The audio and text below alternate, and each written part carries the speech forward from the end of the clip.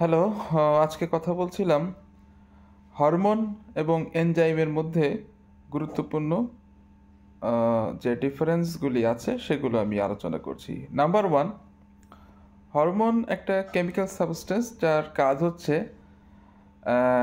Sell বা টিস্যুর ফাংশনকে কন্ট্রোল করা বা রেগুলেট করা। তাহলে আমরা সংক্ষেপে বলতে পারি হরমোনরা হচ্ছে রেগুলেটর হিসেবে কাজ করে বা কন্ট্রোলার হিসেবে কাজ করে।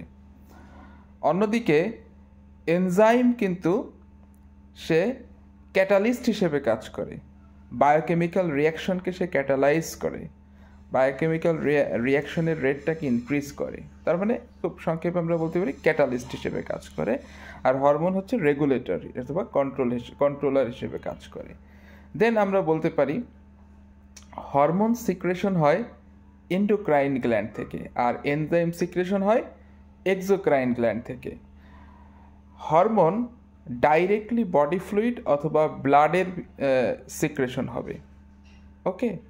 কিন্তু এনজাইম দেখা যাচ্ছে যে তারা সিক্রেটেড হবে ইনটু দ্য ডাক্ট ক্যাভিটি বা যে কোনো ক্যাভিটি বা এক্সটার্নাল সারফেসে সিক্রেশন হচ্ছে, ওকে। দেন আমরা বলতে পারি যে হরমোনের যে কেমিক্যাল নেচার এটা তিন ধরনের হতে পারে। একটা প্রোটিন হতে পারে, স্টেরয়েড হতে পারে, অথবা অ্যামাইনো অ্যাসিড ডেরিভেটিভস হতে পারে। কিন্তু যারা এনজাইম আছে তারা কিন্তু প্রিডমিনেন্টলি প্রোটিন ইন নেচার, ওকে।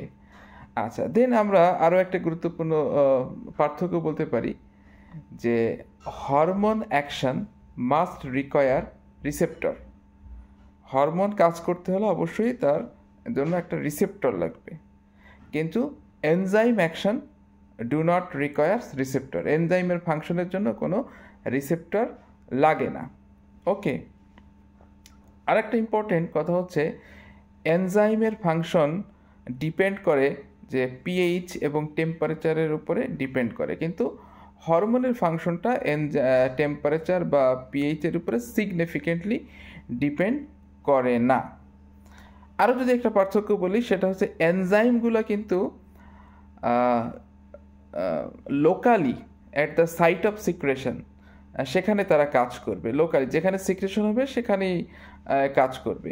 কিন্তু হরমোনগুলো কিন্তু সিক্রেশনের পরে তারা ডিস্ট্যান্ট সাইটে গিয়ে কাজ করে। তো these are the important differences between hormone and enzyme. ডিফারেন্সগুলো কিন্তু খুবই সিম্পল। আমরা যদি একটু সিনসিয়ারলি কনসেন্ট্রেশন দিয়ে জিনিসগুলো পড়ি তাহলে কোনো অসুবিধা হবে না। Thank you.